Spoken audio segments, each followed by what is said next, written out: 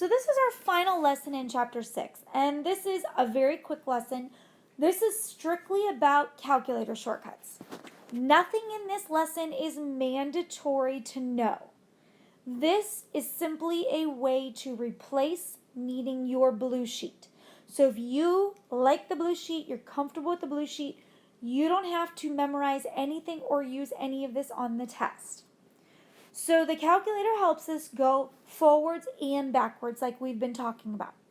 So the first method that we're going to look at is finding percentages to the left, to the right, or between z-scores. So these are problems where you know the z-score, you want the percent. So the way you always get to this on the calculator is you press second vars. And it's going to bring up a menu of options, and you are always looking for option number 2, normal CDF. If this is a less than problem, when you pull up this option, it's going to ask you for some information. It's always going to ask you for a lower bound, comma, upper bound. If it is a less than problem, your lower bound is always negative 99. Your upper bound is always the z-score. If it's a greater than problem, your lower bound is always your z-score. Your upper bound is always positive 99. We just use that number as far as you can go. If it's a between problem, your lower bound is your lower z-score. Your upper bound is your higher z-score. And when you put those in and you hit enter, your calculator will spit out the percentage that you would have found from your blue sheet. The other direction, the working backwards when we had to find it in the middle, these, you're finding the z-scores given the percentage. Again, you're going to press second vars, but this time you want option number 3. And you only need one data value to go in there. And the data value is always going to be your percent in decimal form. Here's the only important thing you need to know. Percentages must always be less than problems. So if you do have a greater than problem, which you know you will because we did greater than problems, you simply take 100% minus your percent given, and that number is the number that goes in your parentheses. Otherwise, you're always putting your percentage given there. If it's a greater than problem, you must subtract. And so we're going to look at a set of examples, and I actually made an instructional video so you can see exactly what buttons to press. So on these, the directions say use a calculator to find the following. I'm going to talk through each problem on the instructional video. So again, this is a resource that you can look back on whenever you need. So I'm going to go ahead and play that video. Alright, so let's go through the calculator instructions for finding percentages and for z-scores without needing that blue sheet. So this first problem says find the percentage of z less than 1.65. So to find z-scores, we press second vars, and then we want option number 2, so you can go down and hit enter or just press 2. Now, remember that my calculator is a little fancier and some of yours are just like this. If yours just says normal CDF parentheses, you're going to type in for the lower, just like we are, because it's a less than. You're going to type in negative 99, but you're going to hit the comma. The comma is right here next to the parenthesis.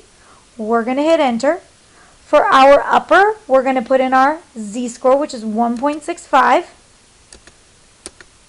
And then if you don't have my screen, you're going to close parentheses. If you do have my screen, you're going to keep hitting enter until it puts it in the screen for you. And you're going to hit enter, and everybody should get this answer. And remember, percentages, the middle of the blue sheet is always 4 decimals. So we would do 0.9505. So now, to find the percentage of z greater than, this is a greater than problem. So again, we're going to do second vars, option 2, But because it's a greater than, our lower bound is going to be that z-score, negative 0.86. You're going to either do comma or enter, and then our upper is that 99. And you're going to keep hitting enter until you get an answer. And so we would write down 0.8051. Nice thing about these shortcuts, you don't have to worry about the 1 minus stuff. That's the real answer when we're done. Find the percentage of negative 2.02 less than z less than 1.31. This is a between problem, so we're going to do second vars, option 2. Our lower number is negative 2.02, comma, or enter, and our upper number is 1.31. And then keep hitting enter until you get your answer. And that would be 0.8832. So that's finding percentages. Now we're going to go backwards. Find a z-score of a percentage less than 64. So we're going to press second vars. This is the second set of instructions. Now we want option 3. So you can arrow down and hit enter or press 3. Now remember, the percentages must always be less than problems. This is a less than problem, so we are good. You're going to type in whatever that percentage is that you were given. So 64% is 0.64. Always change it to a decimal. And then if you didn't have my fancy stuff, you just type in 0.64 and you are done. Otherwise, you keep hitting enter until it puts it in the screen. And you get an answer of a z-score. Remember, these are z-scores now. Z-scores are 2 digits. So 0.30, and this would round, since that's an 8, that 5 would round to a 6. 0.36. So now we want the z-score of a percentage greater than 81. Greater than is a problem. So we need to figure out the less than part of it. So we have to subtract from 100.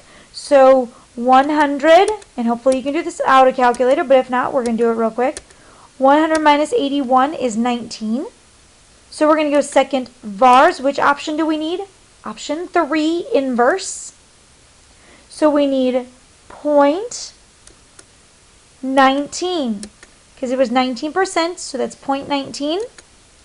Hit enter, and I get a z-score of negative 0.87. That would round up to 88. And so that is the end. And so feel free to use this video as a reference anytime you would like to review your calculator shortcuts. And we'll come to class and you can practice some more if you don't have your own calculator.